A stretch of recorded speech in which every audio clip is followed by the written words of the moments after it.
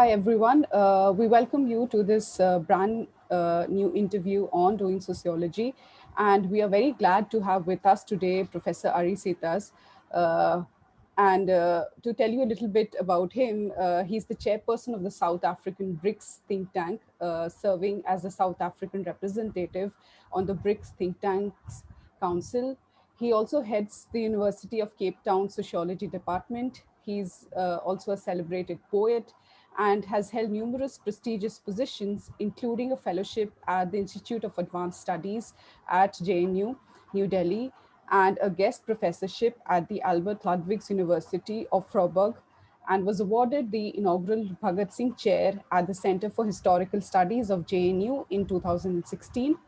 He is a past president of the South African Sociological Association, a vice president of the International Sociological Association, and was an executive member of the African Sociological Association. We welcome you, sir, and we're very happy to have you today with us. Thank you. Thank you. To begin with, the first question that we have for you is, because you're somebody who's constantly been writing about sociology from the global South.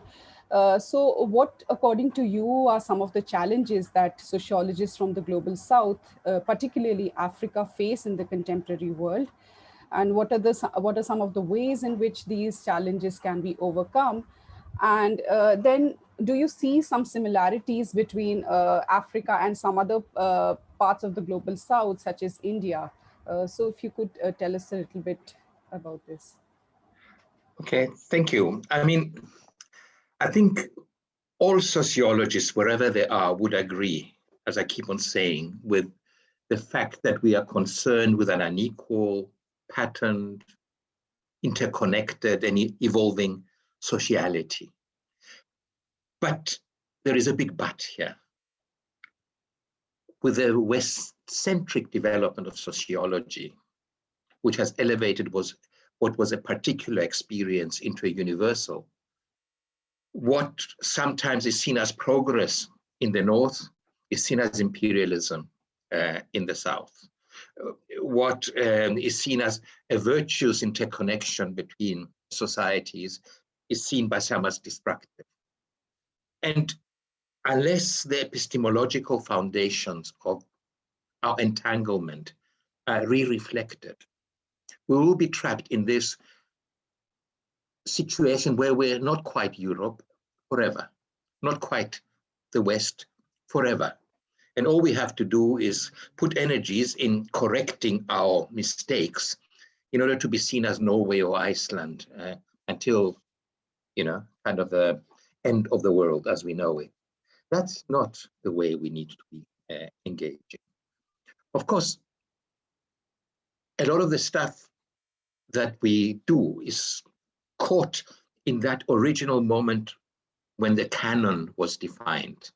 The canon was defined by Talcott Parsons and others, selecting for us Marx, Weber, and Durkheim as the key triad of thinkers. And of course, they were very important thinkers. We can spend hours discussing what was right and wrong in their kind of analyses. But the basic thing that we're seeking, I think, is for us to not to start the story from the Industrial Revolution in Britain, but to start the story a bit earlier so we understand the nature of the entanglement and the conditions that allowed for the Industrial Revolution to happen in Britain. If you do that and you turn the clock a bit back, you will realize that England's emergence as a cotton producing center meant the destruction of India's cotton industry. That cotton was grown by plantation slavery in the US, and the east and west coast of Africa were slave processing zones. And that entanglement is absent from sociology. So when we started sociological kind of departments, both in India and South Africa, of course, the canon was very important in starting the story. In South Africa, the origins are a little bit different because it started as an experiment after Britain's failure in India, where all kinds of ideas of how to rule the other were put in question through the Indian experience, and they thought they wouldn't do the same mistakes in Africa. So a lot of the categories that have become sociological were already being defined in the 19th century through juridical processes, where people started identifying the native, the indentured Indian separate, the colored, putting a whole range of people together. So these categories that constitutes the building blocks of understanding South African society were being formulated juridically by the 19th century.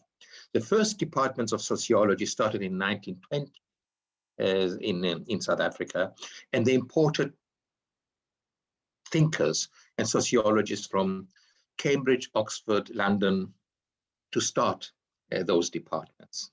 And as we all know, sociology was for the whites and anthropology was for the native and the black. So it started, sociology and anthropology started in tandem in the country, trying to identify ways through which to understand both the poor white problem and the native problem. So that's one of the, so that's how it started. It went through various phases. It went from phases that it supported segregation policies, that supported apartheid policies, that resisted apartheid policies. Sometimes liberal ideas were more influential, and so on. It's only in the 1970s that there was a kind of a radical rupture in sociology, which was very much influenced by Marxism on the one hand and third world theories on the other, which started a new generation of thinkers challenging the status quo. As I understand, your Indian entrapment goes back to Weber's and Marx's accounts of India. Weber's account about how his world religions work, how Indian cultural formations were anti-progress, and that India was this enchanted garden, and that although there were economic relations, it couldn't have developed a capitalist society, and so on. You know all that, from Weberian scholarship. And I understand how Indian sociology started much earlier than South Africa. It started from a couple of places. I think it was Mumbai and Delhi later, if I'm not mistaken. And sociology in India, thanks to the influence of Srinivas and others, starts looking at the village sociology, and develops its own kind of dynamics. So all I'm trying to say about, let's say, the promise of sociology to develop the analytical and explicatory frameworks for us to understand inequality, interconnectedness, the patterning of all these, and evolution and historical evolution or evolution or change and so on, is still the task of sociology. But we need new epistemic breakthroughs and new forms of historical sociology to clear the playing field. So that's where we come from. So in a sense, I think since the 1970s and 80s, there's been a disquiet about the canon. And we're not alone. Even in Europe and the West, there is a disquiet about the canon. So now we've got all kinds of fashions kind of developing in the West, which we cut and paste on our experience, because we always adore what is happening there between Harvard and Oxford and Cambridge. And, we still have to go up the Thames River to be anointed, even though we speak critically, because we always speak about the South and for the South in the North, in those prestigious conferences. And we have a lot of diasporic friends over there who are causing noise, and they keep on inviting us. So we're still on the margin of the knowledge systems. That's all I'm saying. And the task is enormous, and it's your generation's task to get it right epistemologically, in terms of the categories that we're using, in terms of how we're understanding change in society, needs to be rethought. So that's basically where I come from in that question. Right. So the second question is kind of related. There's a lot of talk now about decolonizing, right? And how we need to move towards a decolonization. So we would want to know from you, what would that term mean, both theoretically and empirically, in the context of sociology, drawing from your experiences of working in both Africa as well as India? Well, I think that, first of all, I will speak firstly about the need for a good historical sociology, and then the issue of contemporary challenges. The historical sociology is very important because there were world systems before the capitalist world system, and there were interconnections in the world that take us back in time. And if you look at some of the most courageous archaeologists in the world, who are tracing long distance relations since 3,000 years before the Christian era, all these connections were there. I'm trying to find the traditional, and I find it nowhere. When I look at India, let's say in what is called India later, in the 7th century or the 11th century, there are urban centers. They're not just traditional. There are philosophical centers. They're not just traditional. They're all markers of change and growth in forms of knowledge, forms of cultivation. And although they were predominantly large agrarian societies that were feeding aristocracies who were connected in trade, and if you dig there, iron ore came from Africa, Eastern Africa and Southern Africa to Cambay and to Kerala, and a lot of your iron was imported even those years. Gold came from here, cloth went from India to Africa. There were all these kind of maritime relationships. There were long distantiated relationships via what people call the Silk Road. There was not just a Silk Road. There were lots of roads, there. Part of it was Silk Road, part of it was other things. And for instance, so that India is being trapped in Western categories of how you understand medieval Europe or ancient Europe. And a lot of your historiography is trapped again, trying to make inevitable the arrival of the Portuguese. Forget about it. Let's do a proper historical sociology to see how those Portuguese ships then rode on pre-existing exchange and relational systems to establish their dominance and power in the long term. You won't believe statistics now, but the 19th century, India still produced, in terms of, let's say, modern category GDP, more than the UK. But there is an involution happening. And the emergence and involution are all interrelated.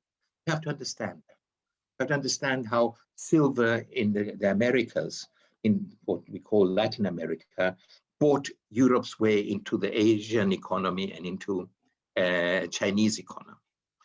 So all I'm trying to say is that we need proper historical sociology in order to understand even that entanglement that we call modernity now is understood. So we need good historical sociologists. Of course, lots of people are working on it.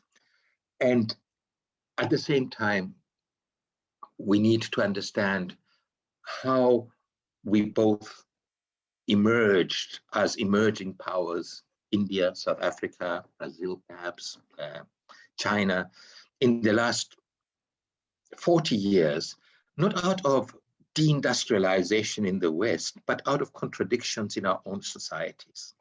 What made your fourth plan, economic plan, trying to seek a way out, an opening in the Indian economy towards the out, was not something that was decided in London. It was because of internal tensions and contradictions and thoughts, ideas and so on. The same with South Africa, the same with the Soviet Union, then it became Russia, and the same with China, which was, we were all keeping away from the world economy as much as possible, trying to find a kind of an introverted road towards development.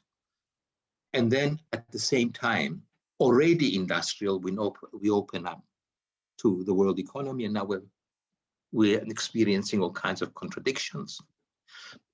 And we have to understand that in embedded ways, not in abstract ways that says, oh, then all of a sudden there was deindustrialization in the West, and then the emerging powers emerged. Or there was Thatcher, and then we developed. No, we have a story to tell. And if you add India and China and Brazil and Nigeria, you've got more than half of the world population involved in this new narrative. So both contemporary issues and also historical issues compel us to think of what is possible in explicating the contemporary period. So that's what I think needed to happen and is beginning to happen. But yet we are arriving, but we still don't know what the destination is.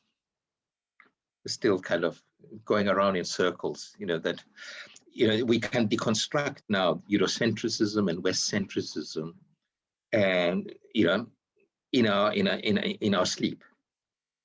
But that doesn't mean that once you've deconstructed and shown the kind of emperor being naked, that you do have a sociology. It's hard work, developing both the conceptual symbolic pool and the solid work that will get us there to be speaking with more confidence. So, so there's noise at the moment, epistemological noise, empirical noise, and we are, I think, doing better sociology as we mature. Another bad word. We are immature. We need to mature. We are as bad as we should be. That's my... Right.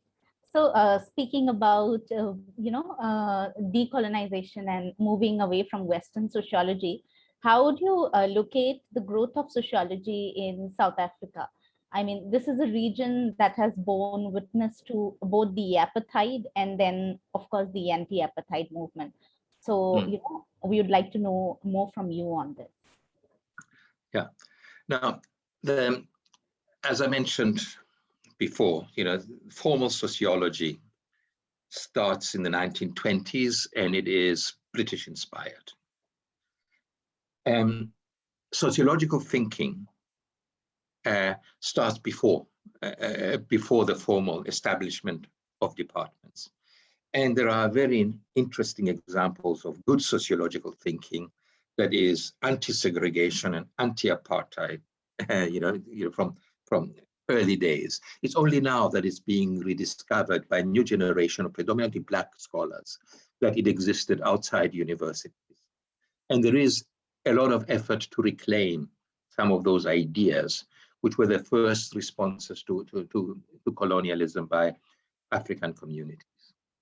So we can take it slowly from there, that a lot of the sociology was not only embodied in, let's say, British-inspired systems of class and race analysis, but also there was a very strong eugenics movement in sociology in South Africa, which was racist to the core. A lot of the experimentation for the development of those eugenic theories happened in India and South Africa. And a lot of the key thinkers, Galton, used that as his experimental basis to launch in 1904 the British Sociological Society. It emerged out of eugenic ideas. Fabian and liberal and social democratic ideas came in a bit later. So, so sociology in South Africa was, as I said before, about the problem of poor whites on the one hand and of natives on the other, and trying to find a way to justify indirect rule and it justifies segregation, separation, and the reserve policies that kept the African majority only as migrant laborers in what was deemed to be white South Africa. So a lot of it is justificatory sociology for systems of racial domination. But there were exceptions. There were serious exceptions. And there was, a pluralist sociology, a pragmatic sociology, and a lot of liberal thinkers like Leo Cooper, who groomed some fantastic students like Bernard Magubane and Fatima Meer, started trying to change things, but when apartheid really hit hard, they left the country. So the significant change starts happening in 1973 when spontaneously hundreds of thousands of Black workers go on strike. And there is all of a sudden something that couldn't have been predicted happening in the country. That opened the space for labor studies and the influence of a lot of Marxist ideas in terms of labor studies in South Africa.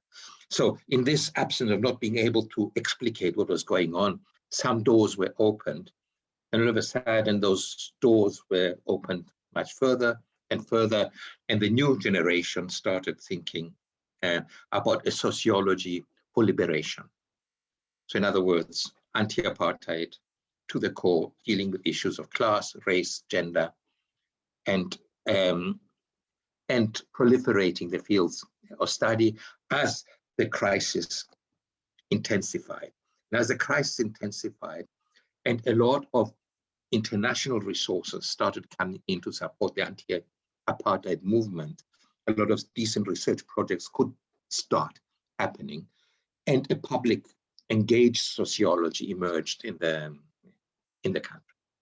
So up to 1994, and then we experienced a crisis because some of our best thinkers in sociology were absorbed in the new government after 1994, because you needed all kinds of social policies and social interventions. So there's almost like a generation of one generation is being missed in this.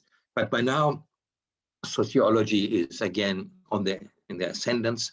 I wrote then about the waning of sociology, and I was moaning and saying, what is going on? You know, we're losing people. We're at the moment when we should have been one of the most exciting sociologies in the world. We were running out of people.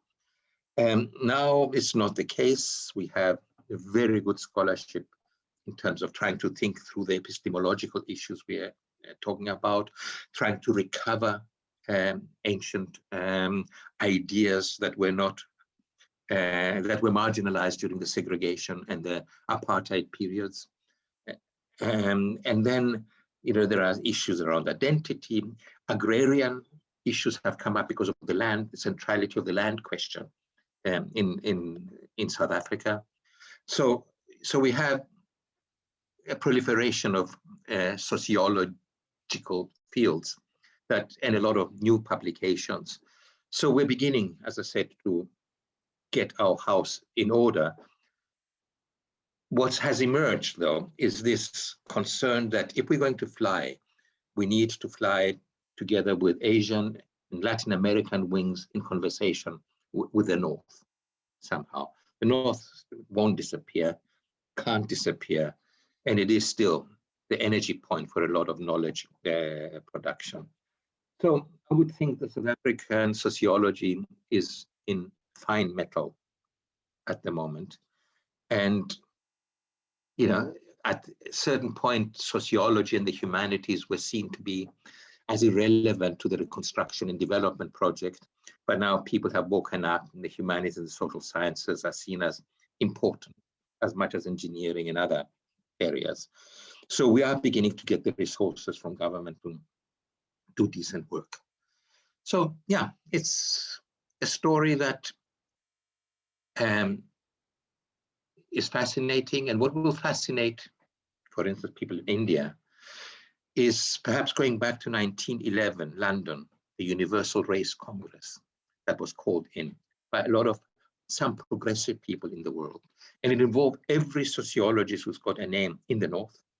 But interestingly, from South Africa, some of the founders of the African National Congress, including Gandhi, Olive Schreiner, and others, were part of that. And that's where they met Du Bois, and started thinking about race. And you see, for instance, from that moment, 1911 onwards, Gandhi, in his Indian Opinion newspaper, starts publishing articles about race and having Du Bois pieces being written for the Indian community in South Africa. So it was a kind of like an emotional change where all these people met there in London and realized that there could be something different in terms of their ideas.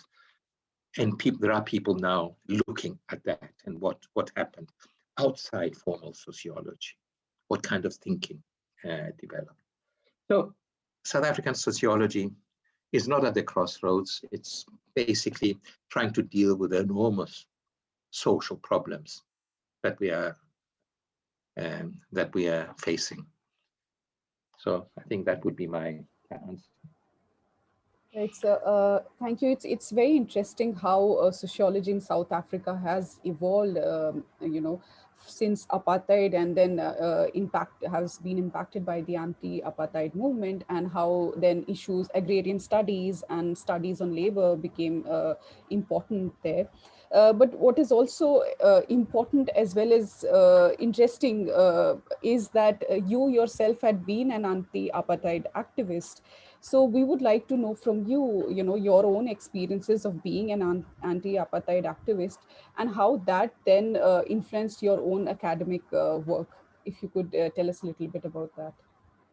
Yeah, I have a piece now in the Journal of Contemporary African Studies, which is my response to the special issue that has not appeared yet about my work on labor studies. And I make a very simple point there, that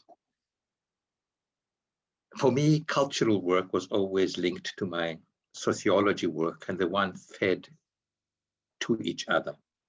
My primary activism was in theater and performance work, to start with, whilst my bursaries were coming from a scholarship from sociology. And it is precisely my activism and being involved in making plays with migrant workers who were on strike, and they were supposed to be out of the area and everything was very illegal, that opened up the world of the apartheid hostels to me.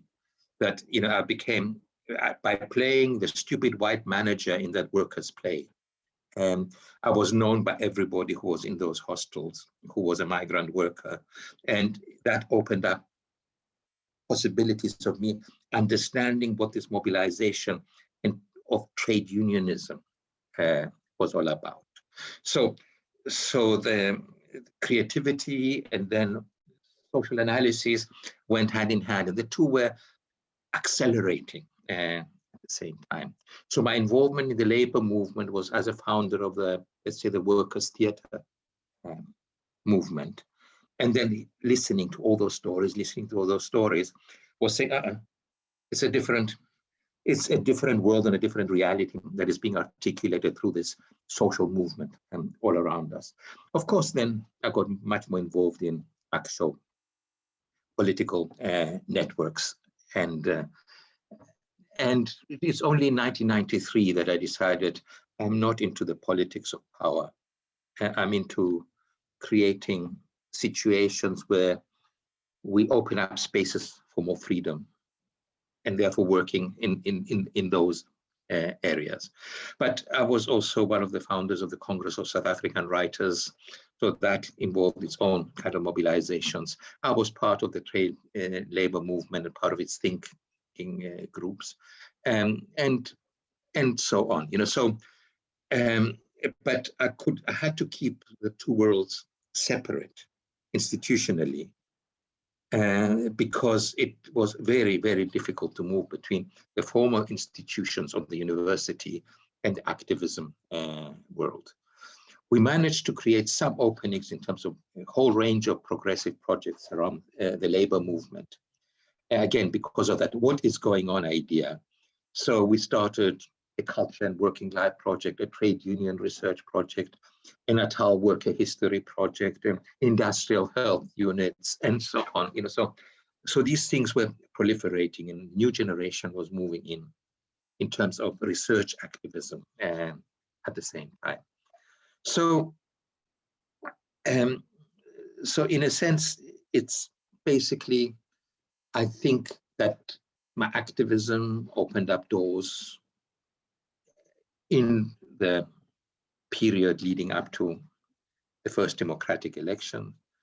And then thereafter, I was of the generation that was putting the society together, and then sometimes participating, sometimes in conflict with what is going on, sometimes part of movements again, sometimes part of trying to fix things. So that's basically a move between the one and the other. And basically I still have certain principles that if they need to be struggled over, I'm there. So, but increasingly the grassroots movements want me as prof rather than as a participant. They say, oh, prof, come and talk about this or that, and just keep out of our offices, but come, you're very welcome. So, I have this love and hate relationship with the social movements at the moment. And we're all trying to build a better world. Yeah. So what it finally influences me is a critique of the university system.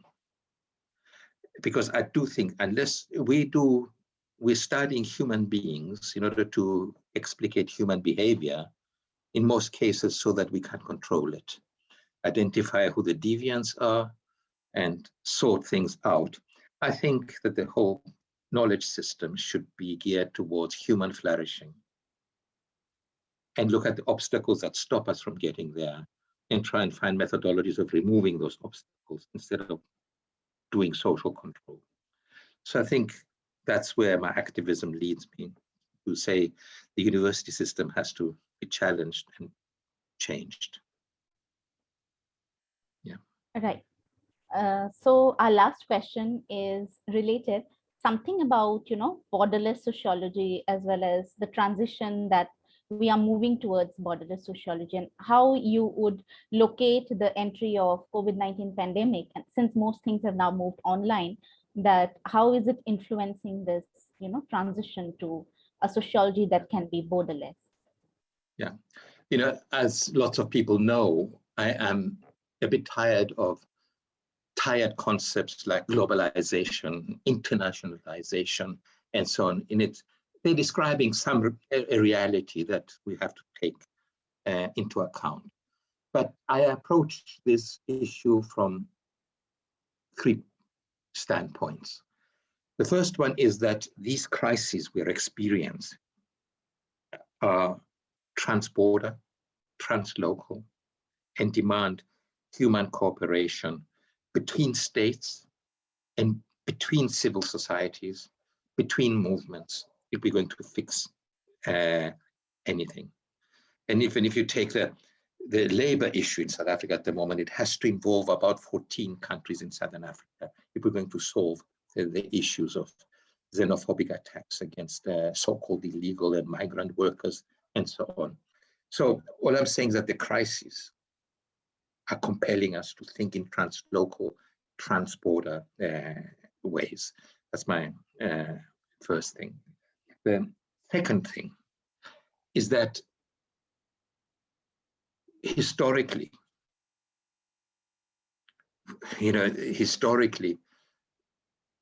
we have already talked about interconnection between people, between civilizations, between societies, and constant movement of people during those days. So a good sociology has to be local anyway. And the third is a cultural imperative. We are all others. It's not us versus others. We're all others in this contemporary period. And unless there are encounters between us, where we learn how to think together, how to create together, how to live together, we fall victim to these mobilizations that are around otherings. So I think that's my third point. And yet, in terms of borderless sociology, seems like a luxury at the moment, because in the old mold, it meant us spending a lot of money, and our government spending a lot of money, or us hanging out with others internationally. And these international conferences were not of substantive value. We need to really focus on what we need to achieve. And at the same time, the Zoom and what we're doing now is no alternative. But most importantly, we are all overwhelmed by such internal problems that make us event specific. You know, you have your problems. You have your farmers still sitting around Delhi protesting. There are caste issues. There are class issues. There are gender violence. There's all these things that make you hop from one crisis to the other, trying to explicate what's going on. And you should be doing that. And with us in South Africa, we had these unprecedented forms of carnage in the last week. The burning down of shopping malls and violence that's around there. So we have to deal with that, which makes us weaker on the kind of the borderless idea. Because unlike the West, we don't have a third of our scholars focusing on other societies. You know, so the area studies, you know, a third of British academies looking after India, Latin America, and other societies. We don't have those structures. You know, it's us who have to be international. It's us who have to be concerned about the borderlessness of the issues that are facing us. So it's more difficult for us to be borderless. And yet, the border is a constriction. The border needs pliers. If South Africa could sort out its problems around race, and it hasn't yet, then there is hope in Southeast Asia for certain atrocities and genocides and violences to be understood as a regrettable past, and people can move forward without borders. But anyway, so a borderlessness is important, but without abandoning our mission, you know, about the events around us. I was surprised, let me conclude with that. I was privileged enough to spend time in California at Berkeley, and then at the time when the LA riots just happened. So I went down there trying to find a single academic in Los Angeles who could tell me about what happened in the riots there in LA that killed so many people. They could speak to me about Vietnam. They could speak to me about India. They could speak to me about everything, but not their own village. I had to go to architecture to find people who could understand the internal conflicts. So there are other extremes, you know, abandonment of your local eventness in order to be a cosmopolitan global scholar. Yeah, but it's the balance. It's neither yin or yang. It's the balance between the need to think with others on a global scale and to be absolutely engaged with your immediate reality. That would be good sociology. Right. Thank you so much, sir, for taking time out to do this interview with us. In a way, it's a step ahead for us as well in doing sociology, because it sort of explains and explores the concepts and theoretical ideas of doing sociology in the Global South. So we would like to thank you once again for your insights and inputs. Yeah, thank you. One correction, I have retired from the Brics think tank. Okay. So We keep that in mind. I'm a has-been, yeah, retired. Yeah. Yeah. Thank you, and sir. not with a Y, with an I, retired. Oh, right. Yeah.